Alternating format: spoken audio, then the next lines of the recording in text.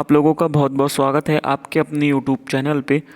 दोस्तों अभी अभी एक बहुत बड़ी खबर निकल के सामने आ रही है कि जिस तरह बाबरी मस्जिद को शहीद कर दिया गया था, जिस तरह बाबरी मस्जिद को हिंदुओं ने अपना कब्ज़ा कर लिया, इसी तरह अब दोस्तों मथुरा के एक मस्जिद पर भी ये दावा किया जा रहा है कि हिंदुओं का कब्ज़ा होगा। और ये बात भी बताई जा रही है कि 6 दिसंबर के दिन मथुरा की मस्जिद में एक मूर्ति रखी जाएंगी और उस मस्जिद को शहीद करके वहाँ पर मंदिर बनाया जाएगा। जी हाँ दोस्तों, ये एक बहुत बड़ी खबर निकल के सामने आ रही है कि बाबरी मस्जिद की तरह मथुरा के एक मस्जिद में भी मूर्ति रखकर उसको शहीद करने की कोशिश की जाएगी। को लेकर दोस्तों मथुरा के मुसलमानों में हड़ताली मच चुकी है और वहाँ पर पुलिस भी एक्शन में है। उद्देश्य ये है कि वो मंदिर है और भगवान का गर्भगृह है।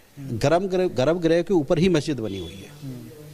तो ये करोड़ों करोड़ों हिंदुओं की आस्था का सवाल है, श्रद्धा का सवाल है कि वहाँ हमारा जो मंदिर है वो मंदिर रहना चाहिए। मस्जिद वहाँ गलत बनी हुई है। सिटी मजिस्ट्रेट साहब हैं, उनको हमने एक प्रार्थना पत्र दिया था कि हमने उस केस का उल्लेख किया है और उस केस में स्पष्ट किया है कि ये प्रॉपर्टी हिंदुओं की है, राय किशन दास जी की है।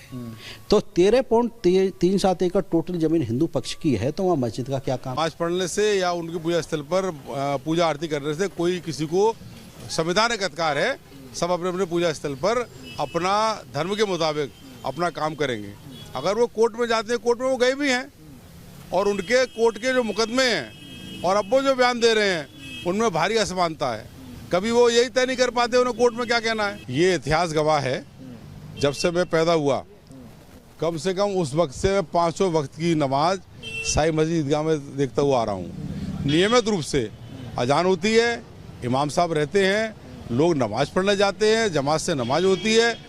पहली बात तो ये है कि भगवान श्री कृष्ण ने जहाँ जन्म लिया है तो जन्मभूमि होनी चाहिए वहाँ। इन्होंने ये नमाज नहीं पढ़ते हैं, ये केवल हिंदुओं का विरोध करने का एक संगठन है के खिलाफ संगठित होके और तैयारी कर रहे हैं। एक तरीके से आतंकवादी गतिविधि को बढ़ावा दे रहे हैं। नहीं करते हैं तो आप इसका दुष्परिणाम भुगतेंगे, क्योंकि इस समय हम सारे लोग एक्टिव हैं।